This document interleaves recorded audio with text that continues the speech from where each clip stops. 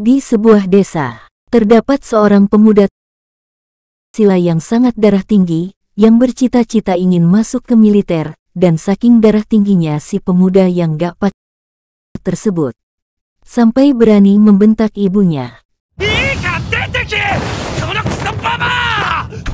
Kemudian dia pun masuk ke militer, dan setelah 2 tahun di sekolah militer, akhirnya dia pun pulang kampung dan si pemuda itu bernama Jin tapi bukan Celana.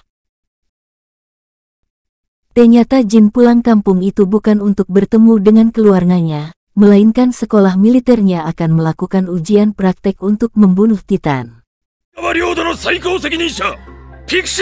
Dengan berbunyinya suara lonceng tukang es nong-nong, ujian pun dimulai dan para anggota pun dibagi tugasnya masing-masing, dan tim pembunuh Titan mulai berlari untuk mencari target di atas genteng rumah warga.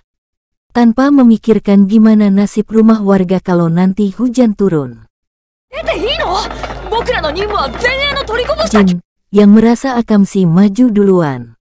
Karena dia ingin pamer, setelah dia melihat Titan bohongan yang terbuat dari kardus.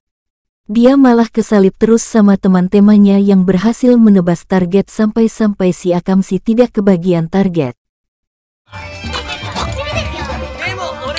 Setelah ujian praktek pertama selesai, Jin yang bukan Celana itu marah kepada 2 temannya yang bernama Koni dan Sasa tapi bukan micin.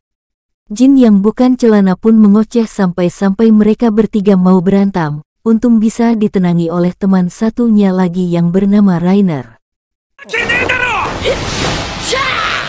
Jin pun menantang pada Sasa tapi bukan micin itu untuk berduel di ujian praktek besok. Komandan mereka yang kebetulan lewat pun mendengar percekcokan anak didiknya tersebut dan menyuruh mereka melakukan duel memasak ala-ala Master Chef. Jin yang sempat menolak untuk lomba masak akhirnya menyetujui lomba tersebut. Jin yang satu tim dengan Ani dan Armin, berniat untuk berburu babi hutan untuk bahan saat duel masak. Karena Jin pikir dengan bahan itu dia bisa memenangkan pertandingan. Tapi ternyata Sasa pun ikut berburu, dan si babi hutannya malah Sasa yang mendapatkannya.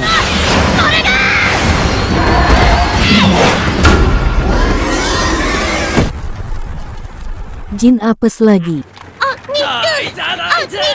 Jin yang belum mempunyai bahan pun mulai frustasi karena waktu duel masak semakin dekat. Dan dia pun berniat untuk mencuri bahan di gudang militer tetapi Armin tidak mau untuk nyolong daging di saat Armin mau minggat, dia malah tisoledat.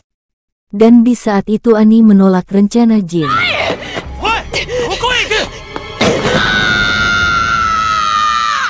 Di sela-sela istirahat makan, ibunya Jin pun datang dengan membawa apel dan timbal. Jin yang darah tingginya kumat lagi malah membentak ibunya, dan mengusir dia saat ibunya mau memberikan timbal pada Jin.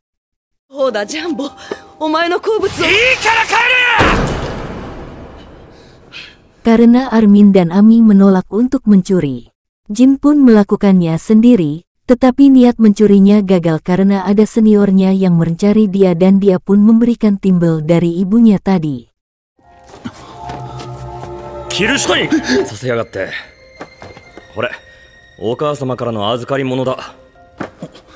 Dan setelah Jin membuka timbel tersebut dia ingat dosa-dosa pada ibunya karena isi dari timbel itu adalah makanan favorit Jin saat masih kecil.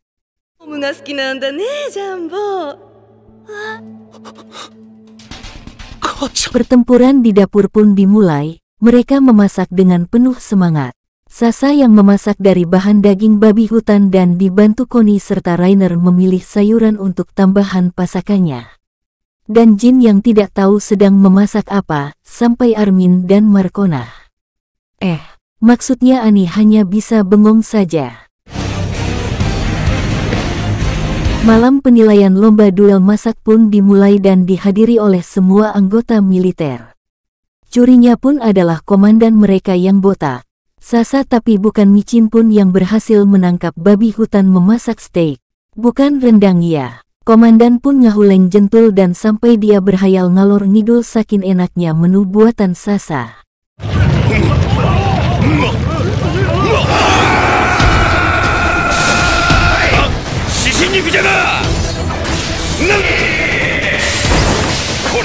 Tibalah giliran Jin untuk memberikan masakannya yang sangat simpel yaitu oplet.